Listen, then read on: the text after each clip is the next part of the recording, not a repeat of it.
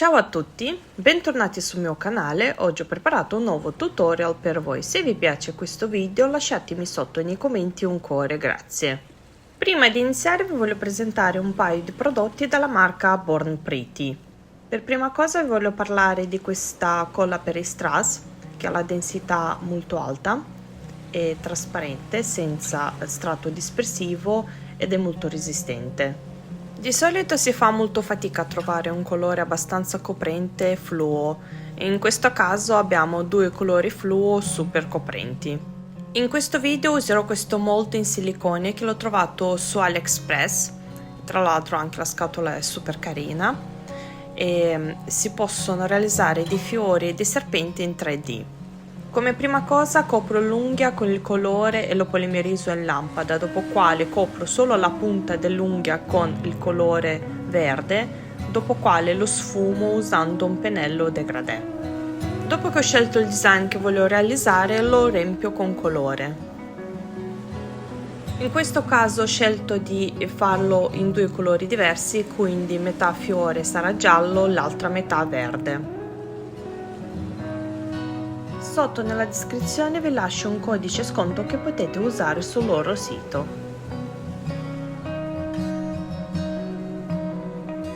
Per capire se il design è realizzato in modo giusto, giro ogni tanto il mold e guardo se ho coperto bene tutto col colore.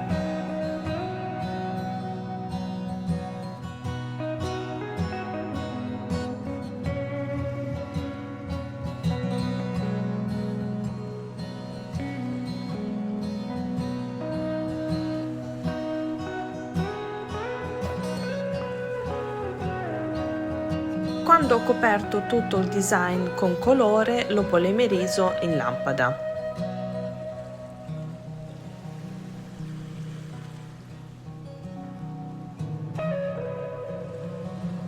Sposto leggermente il silicone e con la pinzetta tiro fuori il fiore.